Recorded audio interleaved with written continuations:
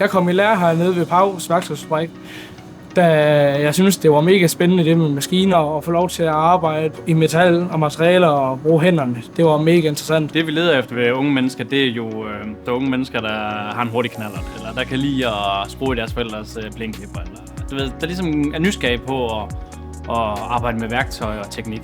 Mange andre steder der er det meget stort, så man får måske ikke lov til at være en del af processen. Her der får du lov til at komme rundt omkring alt. Jeg får lov til at stå ved maskinen, jeg får lov til at tegne, jeg får lov til at programmere og samle værktøj og lave service og sådan noget. Og det er mega fedt at komme rundt om og være en del af det hele. En typisk elev, der er i lære her hos os, får lov til alt, og man får også lov til at lave fejl.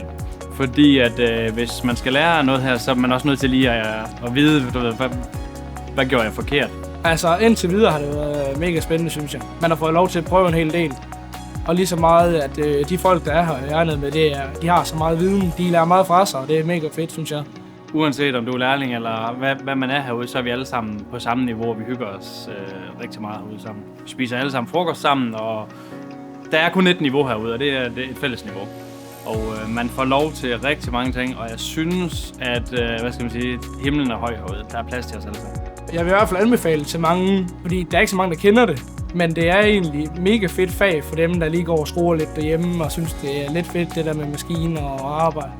Jamen altså, hvis man gerne vil være en del af værktøjsfabrikken Paus, så skal man ikke være så bekymret for, om du kommer med en udfordring. For det kan vi sagtens håndtere herude. Der er plads til alle, og vi vil rigtig gerne have unge mennesker herude i lære som værktøjsfabrikker.